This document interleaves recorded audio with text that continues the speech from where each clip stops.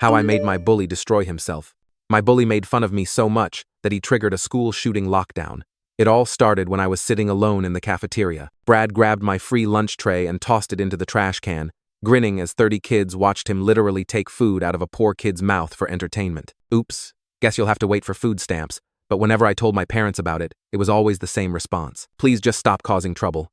You see, his parents owned half the businesses in Cedar Falls, Iowa, including the diner where both my parents worked double shifts. Standing up for myself meant getting evicted, and he knew this all too well. But on that same Tuesday, Brad had something special planned. We were in Mrs. Johnson's history class when she got called to the office. Brad immediately spun around. You food stamps, where's your friends at? I was just staring at my Chromebook pretending I didn't exist, but my hands were already doing that shaky thing. He started going through my stuff like he owned the place. That's when he found it.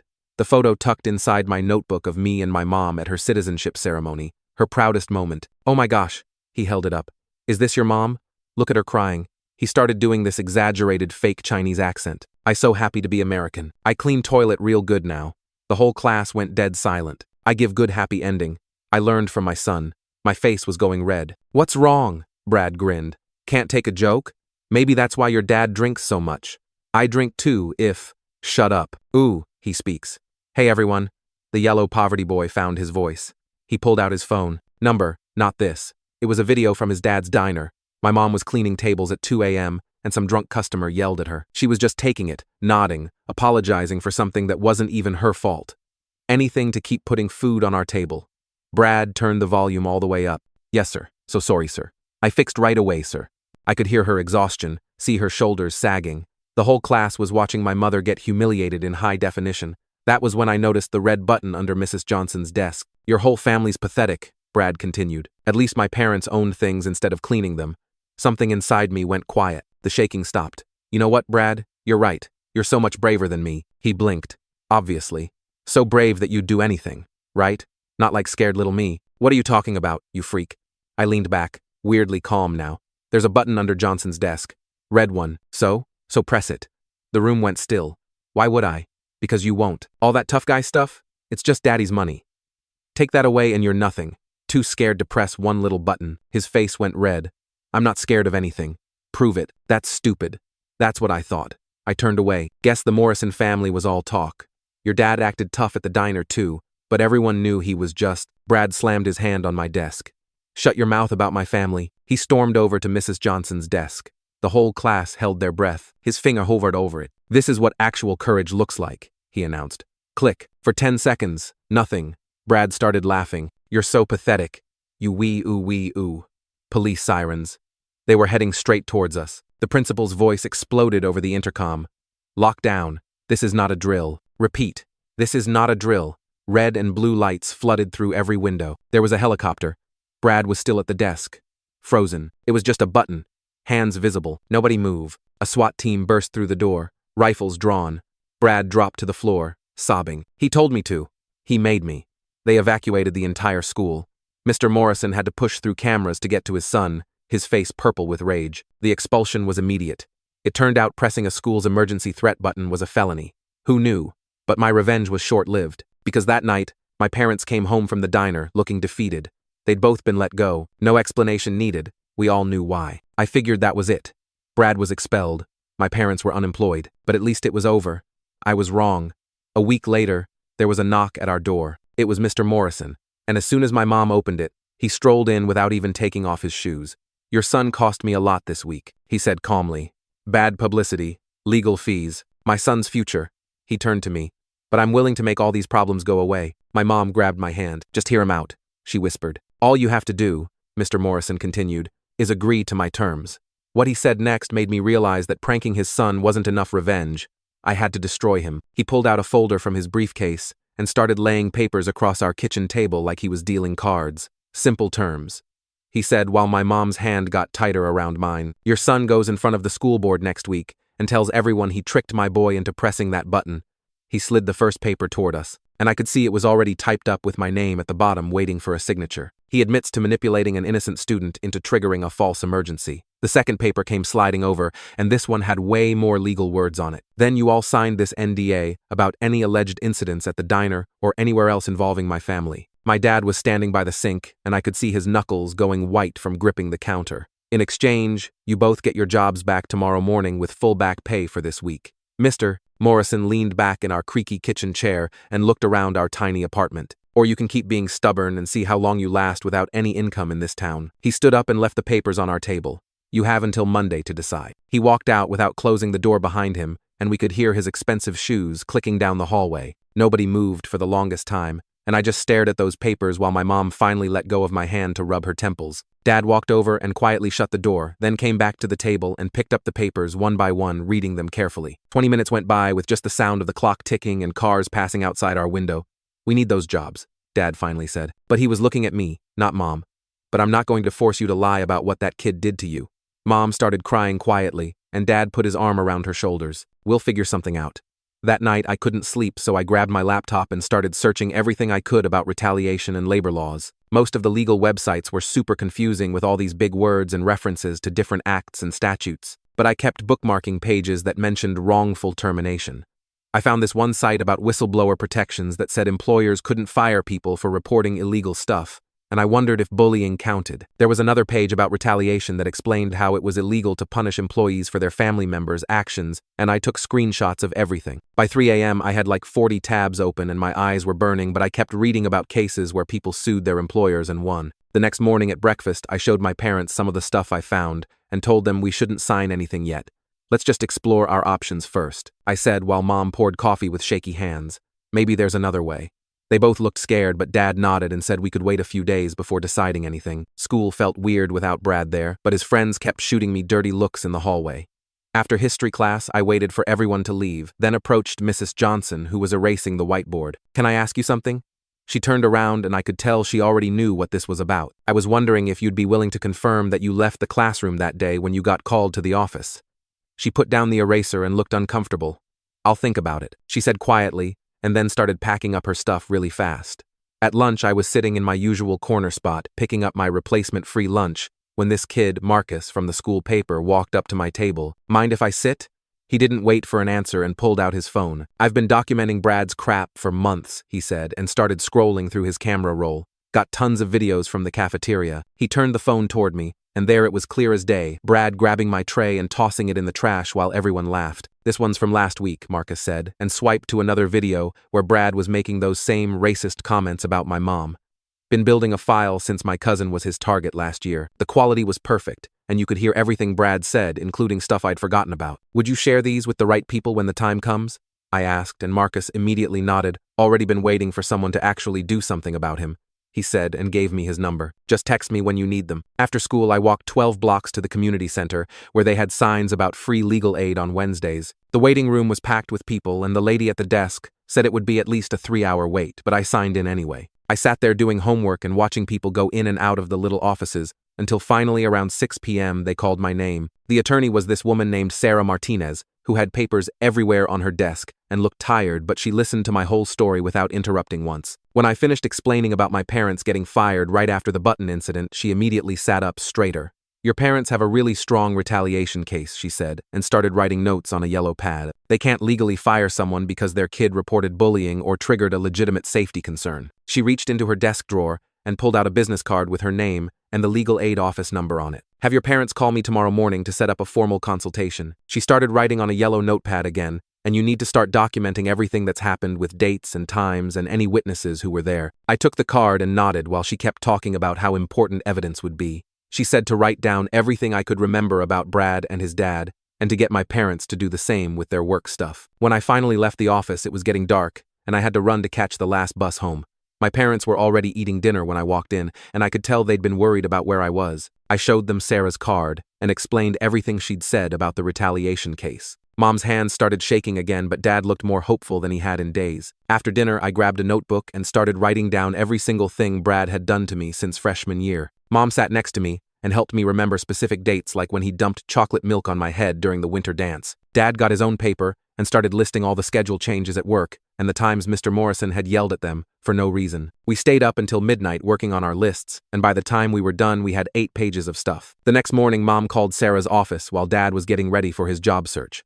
They put her on speaker, and Sarah explained the whole process and what documents they'd need to bring. She said Friday afternoon would work for a meeting, and Dad immediately said yes, even though he had an interview scheduled then. "This is more important," he told Mom after hanging up. At the school, the next day everything felt different without Brad there, but his friends were still around giving me looks. During lunch, I walked over to where Sarah Cruz was sitting with her friends.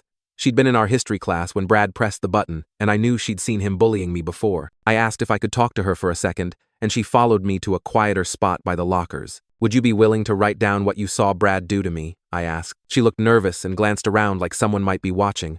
"I don't want problems with his family," she said. I told her it would just be for documentation and she wouldn't have to testify or anything. She thought about it for a minute, then said, "Okay." I found 2 other kids who'd been in classes where Brad had messed with me. Galen agreed right away because Brad had bullied his little brother last year. Nicole took more convincing, but finally said she'd write something short about what she'd seen. Between classes, the principal secretary found me and said I needed to come to the office immediately. The principal was sitting behind his big desk with his hands folded when I walked in. "I heard you've been asking students to write statements," he said. I didn't say anything. "The Morrisons have been very generous to this school and this community," he continued. "Their offer to resolve this situation is more than fair." He leaned forward and looked at me over his glasses. "I strongly suggest you consider accepting it for the sake of everyone involved." I told him I'd think about it, and he frowned but let me leave. After school, I was walking to the bus stop when Mrs. Johnson called my name from behind. She caught up to me and looked around to make sure no one was listening. "I wanted you to know I'll provide a written statement about leaving the classroom that day." She said quietly, "I should have been more responsible, and I'm sorry you had to deal with Brad alone." She said she'd already written it up and would give it to whoever needed it. I thanked her, and she walked away quickly like she didn't want anyone to see us talking. Friday came fast, and my parents both dressed up nice for the meeting with Sarah. Dad had canceled his warehouse interview but said getting justice was worth it.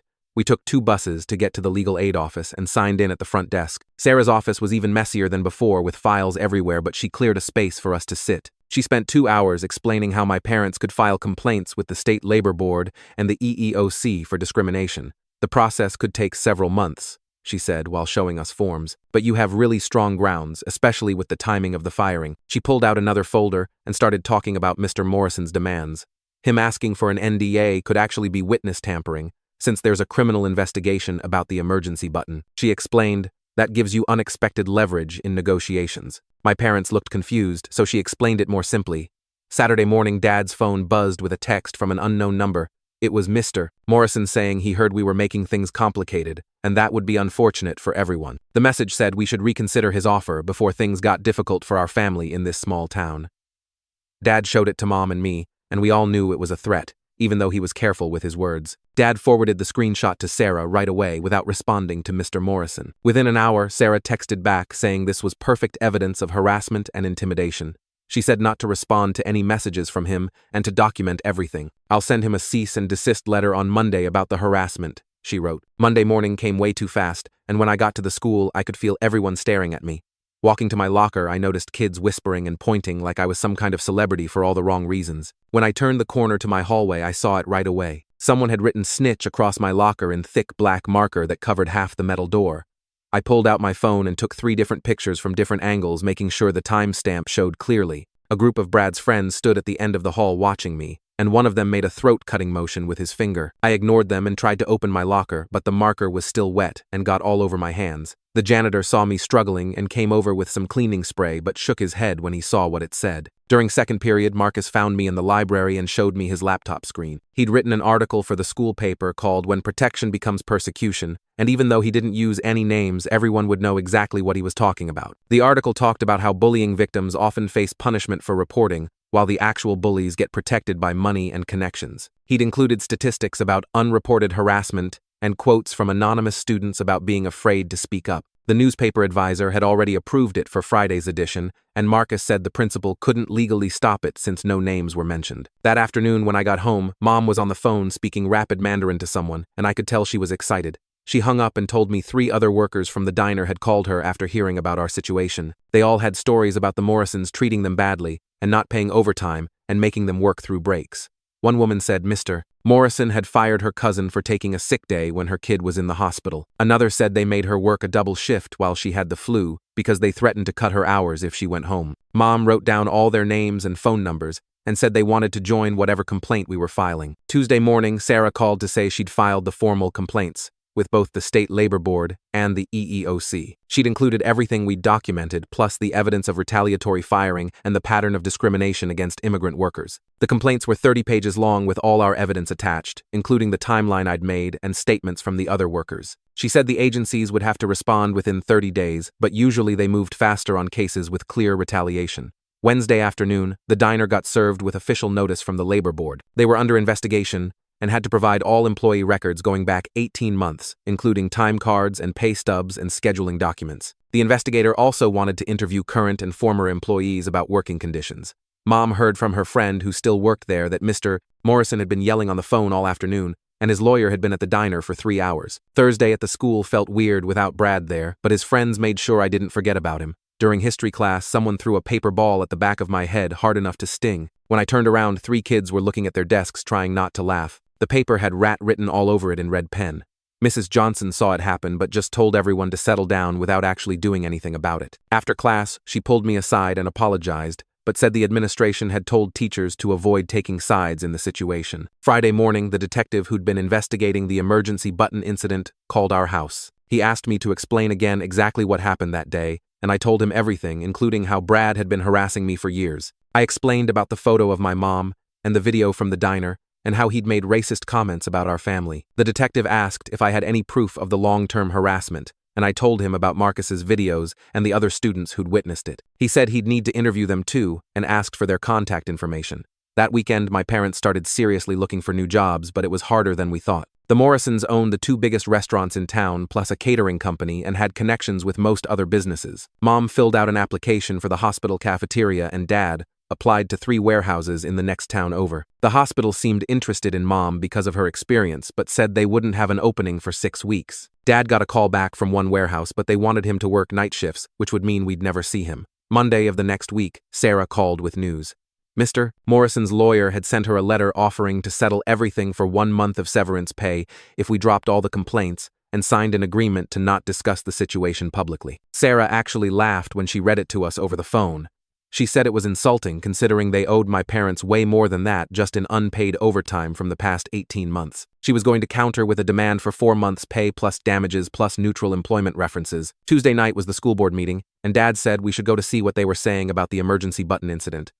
The auditorium was packed with parents, and some were holding signs about school safety. The board president announced they were reviewing all emergency procedures and looking at their anti-bullying policies to see what needed to be changed. Several parents stood up during public comment to say the school had failed to protect students from bullying for years. One mom said her daughter had reported harassment 5 times with no action taken. Another parent said the emergency button situation showed how desperate kids were getting when the normal channels didn't work. Wednesday morning, Mom called me into the kitchen before school and showed me an email on her phone from the hospital saying they wanted to interview her for the cafeteria position next Monday. Her hands were shaking a little as she scrolled through it, and I could tell she was trying not to get her hopes up too much. Dad was at the table with his own phone checking his email every 5 minutes because the warehouse supervisor said he'd get back to him by the end of the week. That same afternoon at the school, I was walking to my locker when I saw a bunch of kids crowded around someone's phone watching something. When I got closer, I realized it was footage from the day Brad pressed the button.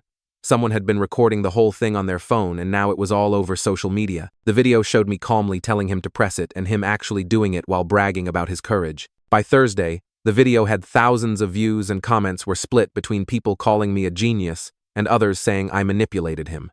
Sarah called that evening with big news about our case. The labor board had completed their initial investigation at the diner and found multiple violations, including unpaid overtime for at least 10 employees and improper break policies that violated state law. She explained, this gave us major leverage because the fines alone would be tens of thousands of dollars, and Mr. Morrison would want to avoid that kind of publicity. She was sending them a new settlement demand based on these findings. Friday after school, I overheard 2 women talking in the grocery store parking lot about how they used to work at the diner and never got paid for staying late to close. One of them mentioned she'd heard about our complaint through a cousin who still worked there and was thinking about joining it. By Monday, 3 more diner employees had officially contacted Sarah to join our complaint, including the night shift cook who'd been there 8 years and the weekend manager who had detailed records of all the unpaid hours. Mom went to her hospital interview that morning wearing her best outfit and came back 2 hours later with a huge smile on her face. They'd offered her the position on the spot with better hours than the diner, full health insurance, and even a small signing bonus. Dad got a call that afternoon from both warehouses he'd applied to, and they both wanted him to start as soon as possible. One was union with good benefits, but farther away, while the other was closer, but paid less. He decided on the union job because the protection and overtime pay would be worth the extra drive. Tuesday morning, the principal's secretary found me before first period and said I needed to come to the office immediately. When I walked in, the principal was there with the school counselor Melinda Ward, who smiled at me in that fake, concerned way adults do when they think you're troubled. The principal started talking about how the whole emergency button incident had been traumatic for everyone, and maybe I should talk to someone about my feelings. Melinda nodded along and suggested weekly sessions to process what happened and help me move forward in a healthy way. I could tell what they really wanted was for me to stop causing problems and just let everything blow over. Instead of agreeing, I looked directly at Melinda and asked if she could pull up all my previous reports about Brad's bullying since she was the counselor. Her smile got tight, and she said she wasn't sure what I meant. I reminded her about the 3 times I'd come to her office about Brad taking my lunch, the time he shoved me into a locker, and when he spread rumors about my family being illegal immigrants. She shifted in her chair and said she'd have to check her files. The principal jumped in, saying we should focus on moving forward, not dwelling on the past, but I kept pushing. I asked Melinda to officially document every report I'd made that hadn't been acted on, and she finally agreed to review my file, though she didn't look happy about it. Wednesday's local news at 6 opened with a story about the labor investigation at several local businesses, including the diner. The reporter stood outside the diner talking about how the state was cracking down on wage theft, and several employees had come forward with complaints. They didn't mention our family by name, but showed a shot of the diner with a closed sign in the window during what should have been lunch rush. Mr. Morrison was probably losing money every hour they stayed closed for the investigation. Thursday, both my parents started their new jobs, and the difference was immediate. Mom came home at 5:30 instead of midnight, and Dad was actually awake enough to eat dinner with us. They both seemed lighter somehow, like a weight had been lifted off their shoulders. With steady paychecks coming from jobs where the Morrisons had no power over them, they felt brave enough to really pursue the complaints. Sarah called that night to say the labor board wanted to schedule official mediation between us and Mr. Morrison to try to reach a settlement. She explained this was good because it meant they were taking it seriously and wanted to resolve it quickly. Friday, I heard through Marcus that Brad was back in the school but at Lincoln High across town, as part of his plea deal with the court. Someone's cousin went there and said Brad kept to himself now, and his parents dropped him off and picked him up every day like he was in elementary school. The cousin also mentioned Brad was seeing a counselor twice a week and wasn't allowed to have social media anymore. The mediation got scheduled for next month with a state mediator who specialized in employment disputes. Sarah came to our apartment Saturday morning to prepare us and explained we should ask for back pay for all the unpaid overtime, damages for the retaliatory firing, and most importantly, a non-retaliation agreement that would prevent the Morrisons from trying to hurt us again through their business connections. Sunday night, around 8, someone knocked on our door, and when Mom opened it, Mr. Morrison pushed right past her into our living room. His face was red, and he kept clenching his fists while Dad stood up from the couch real slow. Mr. Morrison pointed at me and said we needed to drop everything now or things would get worse for everyone. Dad moved between us and told him to leave right now or he'd call the cops. Mr. Morrison stared at him for like 10 seconds, then turned around and walked out, slamming the door so hard the whole wall shook. Mom locked the deadbolt and put the chain on while Dad called Sarah to tell her what happened. She said to document everything, and if he came back to actually call the police this time. The next week at the school they installed cameras in all the hallways and the cafeteria plus these new signs about reporting bullying. The principal called an assembly where he talked about the new rules and how there would be zero tolerance for harassment going forward. Melinda got put in charge of training teachers on how to spot bullying, and she had to run these workshops every Friday afternoon. I saw her in the hall carrying boxes of pamphlets about recognizing warning signs, and she gave me this weird smile like she was trying to be friendly now. The mediation finally happened 2 weeks later at this government building downtown. We sat on one side of a long table with Sarah, while Mr. Morrison and his lawyer sat across from us. The mediator was this older woman who kept taking notes while everyone talked.